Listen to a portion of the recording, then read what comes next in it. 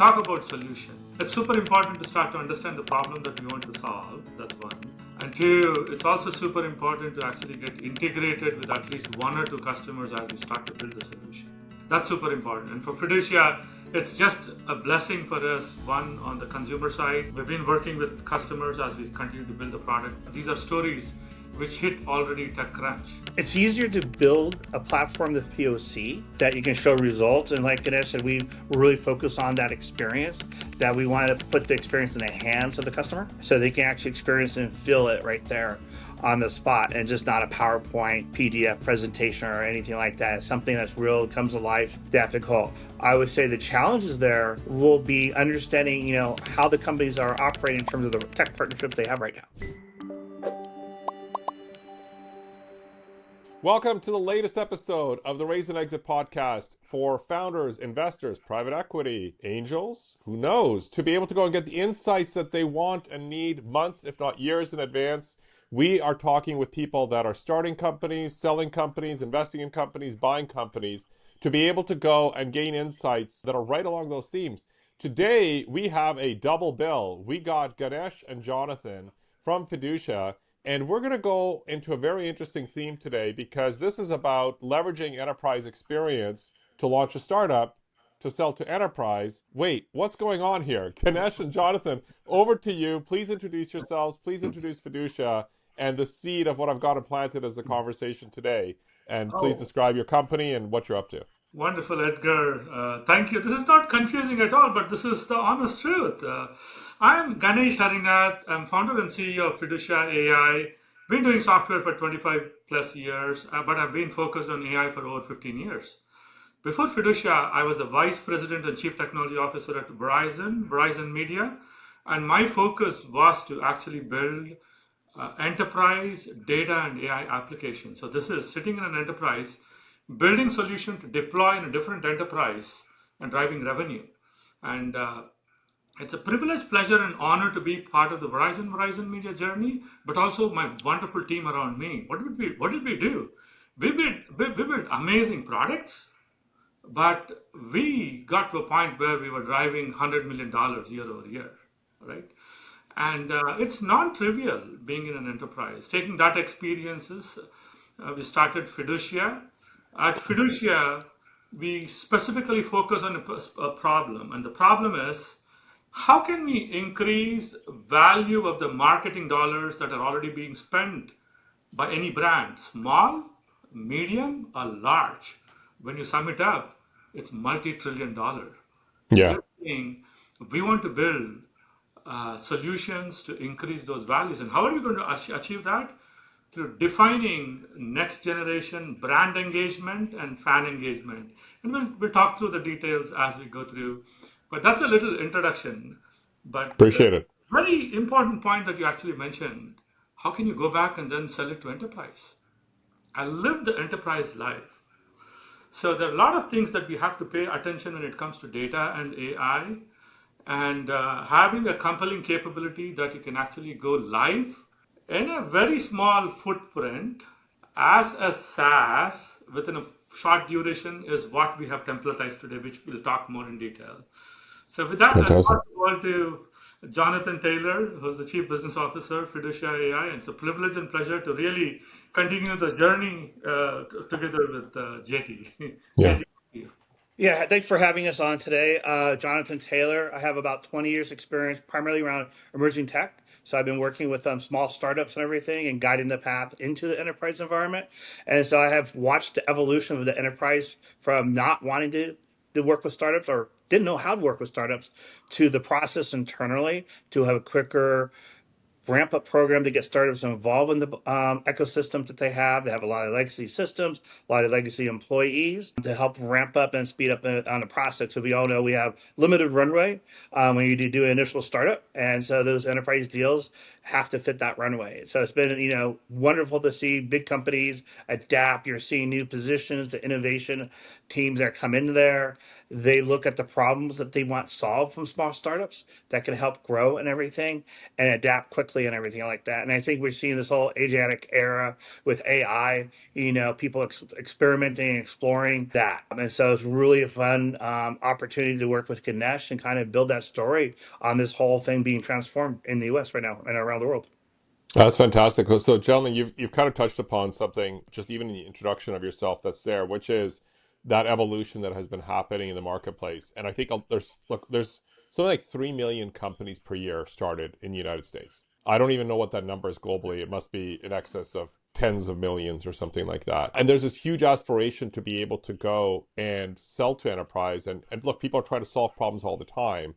But one of the questions that I always find arises is the small company the right solution to solve a big company's problem? And what I'm very excited about is around the fact that you've been on both sides. You've been in large enterprise, selling to large enterprise, but you've also seen the gaps that are there. So as both of you with multi-decade experience, what are you seeing are the things that earlier stage companies struggle with or are blind to be able to get credible on their enterprise focused growth curve? I think to me, the way how I actually see it is we talk about solution. It's super important to start to understand the problem that we want to solve. That's one. Mm-hmm. And two, it's also super important to actually get integrated with at least one or two customers as we start to build the solution, right? That's super important. And for Fiducia, it's just a blessing for us. One, on the consumer side, we've been working with customers as we continue to build the product. These are stories which hit already TechCrunch, right? On the other hand, it's a blessing to really work and partner with IBM, primarily starting to understand the enterprise use case. So you're not building anything blind. You're actually building something meaningful. And what we believe in is when you go to a conversation to a customer, no more slides. You just show them what you Mm-hmm. do. And there's nothing beyond that to actually crack that conversation into actual implementation. So this is a really interesting point, and maybe Jonathan, you talked about you have 20 years plus in emerging tech, right? And I think we are in that era now, right? Mm-hmm. We can go and run a more than functional relative to standards from 10 years ago POC using an AI interface to be able to go and build that. So, Jonathan, maybe you can share a little bit about how, look, it's more viable to go and come up with an emerging tech solution, put it in front of enterprise, but how has it also made the circumstances harder? Maybe, I guess it's easier to build a platform with POC Mm-hmm. that you can show results. And like Ganesh said, we really focus on that experience, that we want to put the experience in the hands of the customer so they can actually experience and feel it right there on the spot and just not a PowerPoint, PDF presentation or anything like that. It's something that's real, comes alive, difficult. I would say the challenges there will be understanding, how the companies are operating in terms of the tech partnerships they have right now. So it's much easier for them say you're in this ecosystem that we're building right now, and if you're part of that ecosystem, much easier they're saying, oh, we're coming from a different ecosystem for them from that standpoint. And Yeah. so it's like, well, if you're with them, this is a yes, but you're over here, so now we have to slow the process down. But if you find a way to get over here, then it speeds it up. So I think that's one of the challenges is identifying, from the customer, who are they working with, what bigger tech companies they partner with, as such, could they make a good partnership and everything like that? Like Ganesh touched, IBM's been a wonderful partner for us, has opened a lot of doors. Particularly, IBM it's identified as enterprise and everything. And so it's been very good for us to have that capability, have the resources to communication with IBM and shared insights with that. And then they get fun to work with a startup, right? This is IBM, working with a startup, right? So what's the challenge to get new companies to work with IBM technologies that they can take to market, that people can use in the marketplace? And for us, sharing our technology, sharing that experience with customer real time, and if we really deploy POCs very quickly, those are very important points now because everybody wants that experience. You can download an app right now. You can test things out pretty quickly, a lot of products and everything. And, being able to have similar experiences at an enterprise level is very important. Yeah, it's something that you're kind of pointing to there, which is the management of the expectations. Like Ganesh, you went and talked about, hey, you could have a multi-trillion-dollar opportunity if you go and hit enterprise, you hit mid-market, you hit small business, but the paths to market are very different. The unit economics are different. The expectations are different. Going back to that whole dynamic of a startup going and selling to enterprise, an observation I've been noticing in the marketplace today is, look, we're able to, done right, and I got to really emphasize Yeah. the done right part here.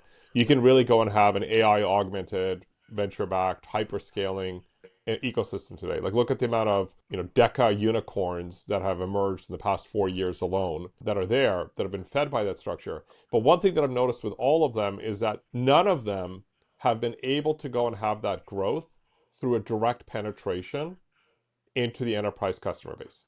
They have all had to leverage a partner ecosystem, a hyperscaler ecosystem, some kind of a substrate to be able to go in. And that to me is what Fiducia seems to be doing with that initial IBM setup. So can you kind of maybe delve into the balancing act between getting that initial customer trying to pursue enterprise or trying to go and get the buy-in of the ecosystem that allows you to get to that enterprise customer that reduces friction, so you're not in procurement for 18 months or something like that? Because I think that's a chicken or the egg of the current era. So maybe back to you, gentlemen, on what you have experienced with that since you've been on both sides of the ledger. Yeah, I'll just give a little background in terms of how we actually play with Mm-hmm. data, which is very important, right? So, one, we're refrain to use the term AI because it's not about AI, it's about the problem that you want to solve. We want to actually build visual experiences, both in the consumer side and enterprise side. I'll actually reflect what exactly it means. What does visual browser mean in today's world? Mm-hmm. Right? So we experimented that with highest in fashion, luxury retail. Kate Barton is one of the brand. We took technology and blended technology with fashion, and it really went very well during a fashion show. That's the highest. And we made it to TechCrunch, and the story is all over the place, right? That's on the consumer side. And what was the differentiation? Did we ask them for transactional data? No. We used the publicly available data for Kate Barton and actually built an amazing site. Look at that. Yeah. And then we don't talk about AI, we talk about experiences. Everything that you touch and feel is AI powered. Now, you take similar experiences into a partner like IBM. The first friction with any enterprise conversation is you really need to have those agreements in place. How long does it take? So those are in place, and now we are actually discussing exactly what those use cases are, where we want to go Yeah. play. Very, very different strategy. And also, it's so comforting for us to be on IBM Cloud using IBM technologies, right? It's a story that we're actually trying to build together, trying to Yeah. solve problems. It's not about AI anymore. It's about what is the problem that we want to solve together. It's so interesting because I would say this is a much more symbiotic ecosystem environment today that I can imagine in my near 30-year professional career. I just can't believe I said near 30 years. This is nuts. Okay, that's for another day. But I think there's something to what you're going and saying, though. It's that bilateral structure that is there, right? Because large enterprise companies would not be able to go and even incubate what Fiducia is building because it's too small to get attention from leadership. But the upside is big enough that they should be interested in it. So, Jonathan, as you've been working, what has changed and what has stayed the same in emerging tech as principles that people should be ready to retire and double down on? I say that the biggest change in emerging tech is the buyer, the customer. The customer is younger. Okay, say more about that. So the customer is could be probably under 40 years old. And they will be the buyer. So somebody who's been in the 30 years in the business and everything, they're passing the torch to somebody who's been in business 15, 20 years to evaluate the emerging tech. Yeah. Now, because they're using it, they're born with it, they understand it better, and working with enterprise customers, it's kind of cool. We always ask, "Do you have children?" Because the children now are testing it out, So and if that's the kids a and the kids are liking it, that's their whole part. It's like this experience, visual experience now is multi generational and everything, and so the new employees are being brought in to test it. Their kids are being brought in to test it now of all this and everything, and this is how they're judging everything in tech. So this is probably the biggest change in everything of who's using it because they're going, "This is for them." And everything. And so that's how we're looking at the customer has changed, the buyer profile has changed, the decision makers and stuff. The person who writes the check has been in business for 30 years, but the funnel up to that check writing, they're younger. Okay, there's two things that are coming out here because I'm smiling because I just Mhm. earlier this week I went and saw this really, really great video of kind of how that intergenerational divide. So is the teenage daughter of this Chinese family who speaks English but the parents don't, gets on to negotiate an international trade deal on Hmm. behalf of their procurement company or something like that. That's there. I'm like this is friggin' awesome. But what you're pointing to there is the same thing. In like, Hmm. who do you go to get that information that you might not be thinking about as you're going and selling? But Hmm. the other point that I think is so good that you went and pointed to is who cuts the check versus who makes the decision. And I think this is one of the biggest failures I've seen professionally in B2B sales is that people try and get to the most senior person to go and get an endorsement, forgetting that that person may literally just go and delegate everything out. And you need to find out who is actually the influencer, who's the actual person that is going to go and give a go, no go to the short list, let Hmm. alone the final sale. How has that changed the past few years? And since you were on the buying side of it as what at 1.2, Ganesh, right, in terms of being in Verizon Media, having to buy, how have you learned from being a buyer to switching to how you are a seller? And Jonathan, please add to that too. I think you said something very important, Edgar. So you mentioned, people writing the check and the influencers. So when you go and then look at any enterprise ecosystem, no doubt the check would be written by the highest, who Yeah. might be like me. But it is so important to understand the entire ecosystem. That doesn't happen just like that. It's the influencers with whom they actually have the conversations. Their views are important. Just like JT mentioned, that ecosystem is actually changing. And it's across any application, any class of application that we actually build as we move forward. So, no doubt, we focus on brand engagement. It's really required we focus more on Gen Zs when we Mm-hmm. actually think about features. But look what's happening. Everything is changing, and the way how you engage with any application would be very, very different. And it's Yeah. already started, right? And now when you actually try to stitch all these things together, it's super important to actually keep in mind the ecosystem that is going to actually sign off on what you are presenting, who they are. Are you really solving the problem in the way that they want, right? The younger generation, quick, accurate, Mm-hmm. and I want to move on to the next one.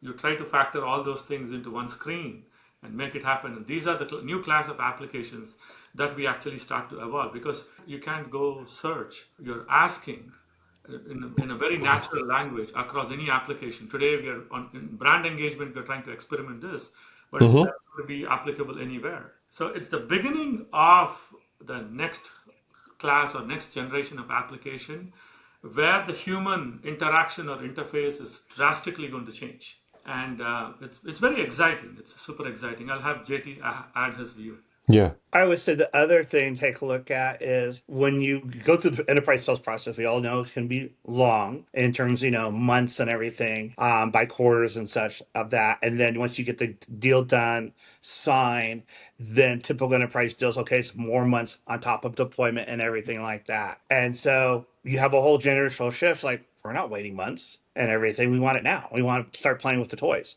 and Yeah. everything as such. And I think for Ganesh and our experience and everything, been focusing on that timing part of it, is that we mentioned Kate Barton. We were able to get her collection from the New York Fashion Show up and running on our platform in 48 hours.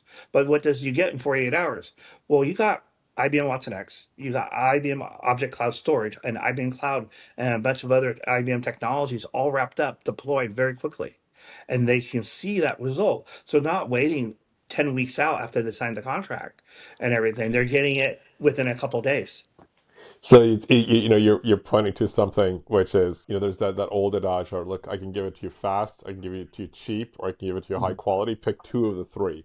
And Yes. I think we're not there yet. I just got to put that as a disclaimer right now. Mm-hmm. But I think the opportunity to get to fast, cheap, high quality in certain spaces Mm-hmm. becomes possible, right? Like the digital AI augmented environments, portions of the buying cycle, sales cycle, uptime cycle, R&D Mm-hmm. cycle, that can happen, right? Mm-hmm. You're still not going to be able to go and get, fast, cheap, high quality jet engines built by, I don't know, Boeing or somebody else, or I guess Mm-hmm. Rolls-Royce or something like that. But I think that there are areas where that can become a legitimate expectation. So on that note, then, how is that changing from your perspective, the capital raise situation for early stage companies?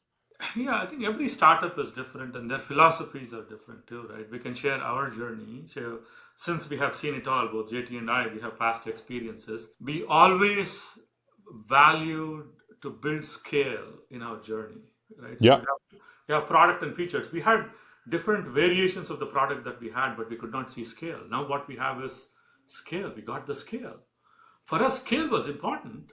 So, when the money comes in, we want to use that to multiply. We don't want to use that to investigate, right? Totally different way how we actually think. And Yeah. just to give you an example, what did we do? No doubt we are working with IBM, but take Kate Barton's example. We took it live in 48 hours on Shopify. What does it mean? There are 5 million brands, north of 5 million brands on Shopify. That's our scale. And now it's a blessing to be with IBM. We are starting to exercise all this. And it's an inflection point for Fiducia at this point in time, where we have an amazing product.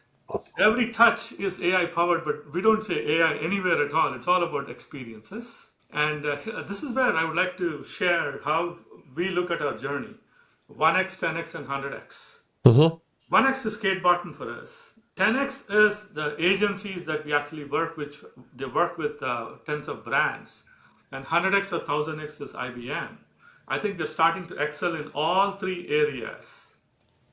It's a very, very different strategy, and then how people think when they actually start to build a company.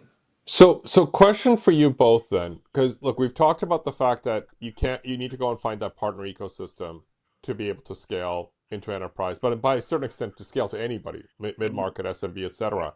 What, how do you see the role of almost like a partner-driven go-to-market, almost like a co-branded, not even just two brands, but multiple brands, right? Like, look, you got Fiducia, you got Shopify, you got IBM. You may have another one or two brands that are there circumstantially to be able to bring it to life. Because if you think about it, most companies today are actually not generalist, right? I think we had a whole generalist ecosystem. You went and had those campuses where you had large enterprises, cross training. I'm a former P&Ger. They had a lot of internal training, and they continue to in marketing and finance and business development, demand generation, etc. But I think in today's environment, companies are becoming very, very good inside a domain, but then they become really great by partnering with others that are good inside complementary domains. So maybe you can give a perspective on how that is changing the scaling of companies, the founding of companies, and hitting that 110, 100x analogy that you used, Ganesh. I'll give two examples. So one is technology partnership, right? And then the second is this is pure business partnership. Where Mm-hmm. Fiducia goes and then works with an agency that's a pure business partnership. We are starting to scale through this channel as well, right? What does it mean? So any marketing agency can work with Fiducia to take this and then apply to their brands. Yep. With IBM, and then there are a few other smaller companies that we are actually starting to work with. There's a lot of technology partnership. So Fiducia is not focused on building platform and core components. Fiducia is focusing on partnering with these companies which already have established platforms. So that's a technology partnership which is really going very, very well for us. But besides that, a conscious choice for us in making this decision was we were able to see joint GTM. I love it you went and said that, because that I was gonna put that out as a point, which is, look, one of the biggest struggles that I go and see in the marketplace today is sunk cost fallacy. Oh, we've already gone and spent $20 million on this thing, or we already spent $400,000 on this thing. We want to get, more out of it. Well, the reality is it's dead, right? Like, you're gonna have to go and flog that horse to go and get more out of it, right? But I think what you're pointing to is the other side of it, which is, hey, you've already realized value in what you've gone and done. We can go and give you more value from this Yeah. as a partner, right? We're not here to replace, we're here to leverage and augment. How is that different in the marketplace now versus what I would say is even our recent frame of reference, as recent as 4 to 5 years ago? Like, what are you seeing, Jonathan, is different in that you don't really need to spend much more. You just need to let us leverage what you've already built. How's that changing in the marketplace today? I would say it's changing that you're focusing on distribution of established relationships. So unpack that a bit more. Is that enterprise to enterprise relationships? Like, is that, hey, I used to work at X company, now I go back to that company to go and get help, or is that something else? If you're an earlier stage company trying to pursue enterprise relationships. For early stage companies, you look at where the enterprises are buying technology. You find out where they're buying and everything. So you have who are the partnerships they're building an ecosystem, what are the enterprises they're using, and then you go say these are the top 20 companies I want to get involved in, right? What's the similar technology stack that they have all the same, and now you want to ride that relationship into the top 20 companies that you can get your beachhead in and expand and everything like that. And then you have conversations with other players, expand into other enterprise clients and things like that. And Ganesh says you have your partner go to market. Hey, you got 20 of our accounts. You got 10 of our largest accounts. We want to take you and go to market and expand that within our reach and everything. So this is a slightly interesting thing because look, we've had a multi-decade practice, heavily led by kind of like the PE and buyout domain, which is we're going to buy this company, we're going to start scaling it, find some efficiencies, then we're going to buy a bolt-on, we're going to Mhm. pay a premium, assume that our sales team can cross-sell it, etc. But I think what you're actually pointing to there, Jonathan, is a slightly different model. It's a bit more fluid. It's Mhm. maybe it doesn't have the same ownership structure in place, but it may actually serve the customer better by having a set of long-term intertwined commercial relationships, partnerships, but not under one giant private equity led or Fortune 500 led acquisition umbrella. Is that an accurate assessment of where things are going today, or you think that we're still going to go and have a consolidation into some large companies of these types of ecosystems? I think we have to let things play out a little bit more in the Okay. marketplace. I think the big companies, everybody's trying to identify what they're going to do in that space, and like Ganesh says, every company's a different journey, different, solutions, different solving different points and everything like that. So each company will have to, technology wise, will have to identify that. So if your primary customers, developers, maybe you set up a website and they're paying $20 a month. Or maybe you're integrated and you're going to be activating these technologies that align with partner ecosystem and that Mm-hmm. customer base as well and everything because you found the pain point between this company and their customer base. Now you're going to solve that. Your solution will solve that problem. I love it. I love it. So to close things out, I have two questions, short answers from each of you. Mhm. One is, what is something that you used to be right about in that it was no good? Like you don't do this in building a business. But because of how things have changed the past few years, you're like, okay, I got to now admit that what I was right about before, I would be wrong about today. And the second thing that I have is, what is something that you picked up on early on in your career that you realize is way more important than you thought at the time? For me, the first one is a very easy answer. At Verizon, but just because of the data sensitivity, we always believed on-prem. We Mm-hmm. slowly moved it onto the cloud. Yeah. Today, that doesn't work out. You have to start to have the mindset. Is your data protected wherever it is, and who is that we want to work with, right? And we have a very different approach than how we want to really build that fort, and then we want to build application. So that's my first response.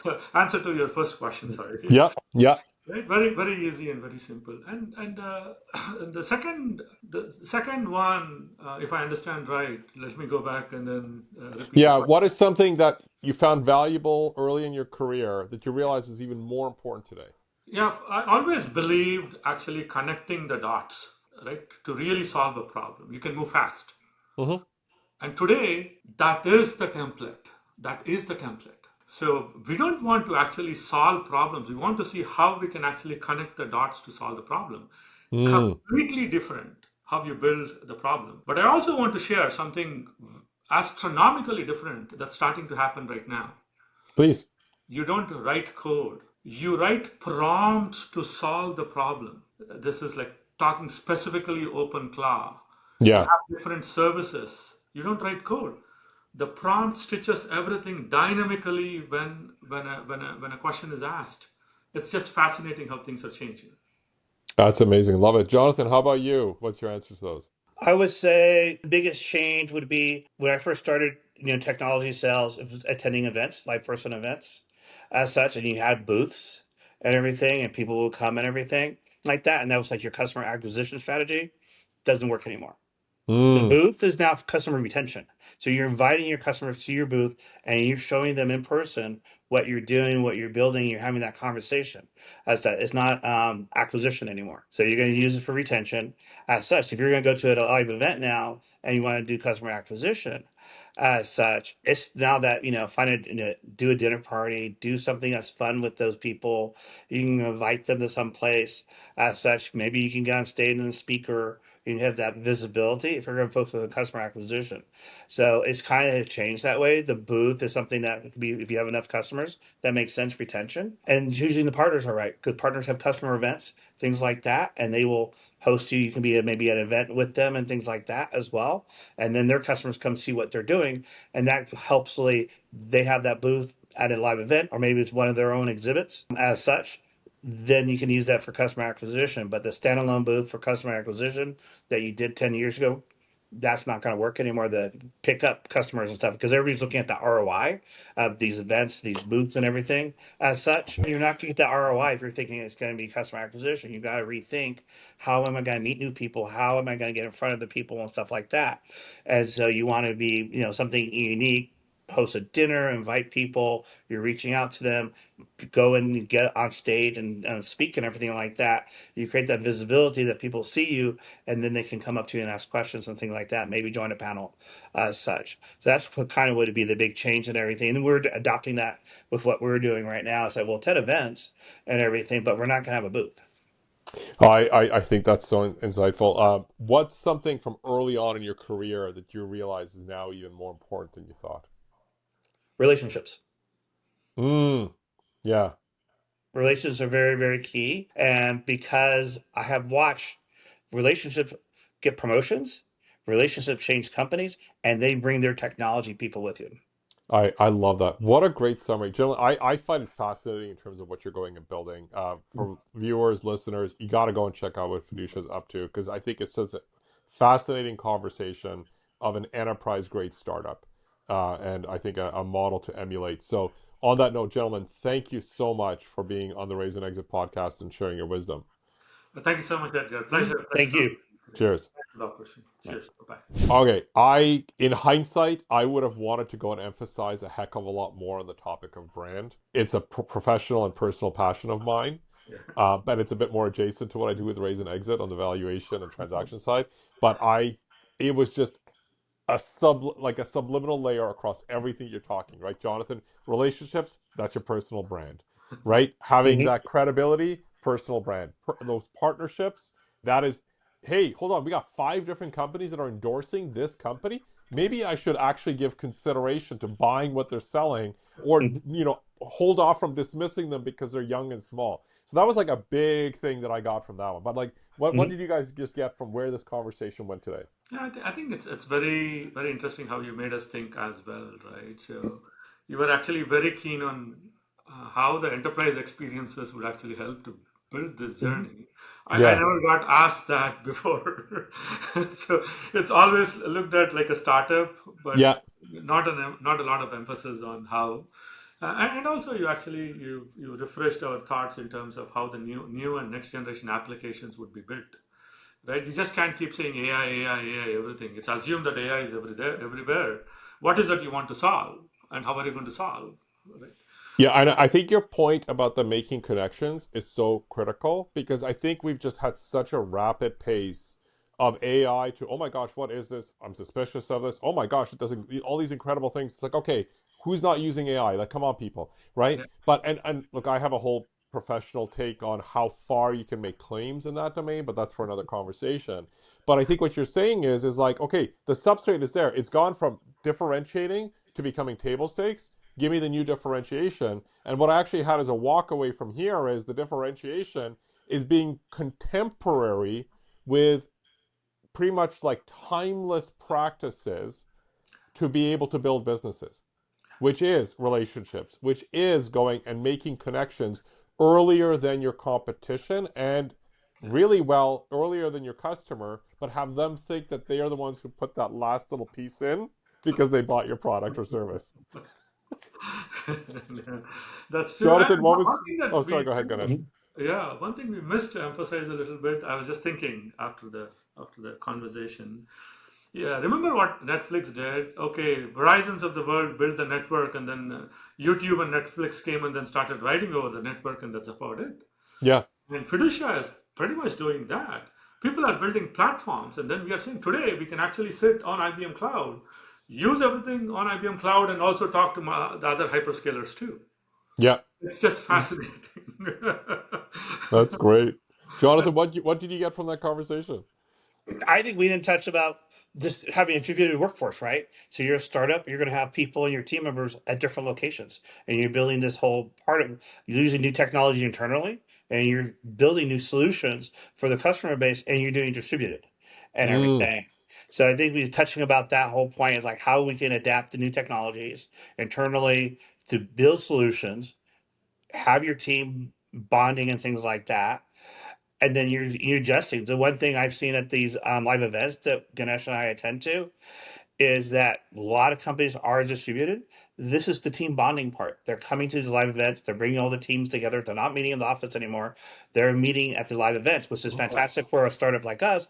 Is that we're not chasing down one or two people at one location. They brought the whole team, so you can actually meet 3 or 4 people and everything, and this experience and this opportunity. And then they're flying in their customers as well. So all mm-hmm. the customers are in town.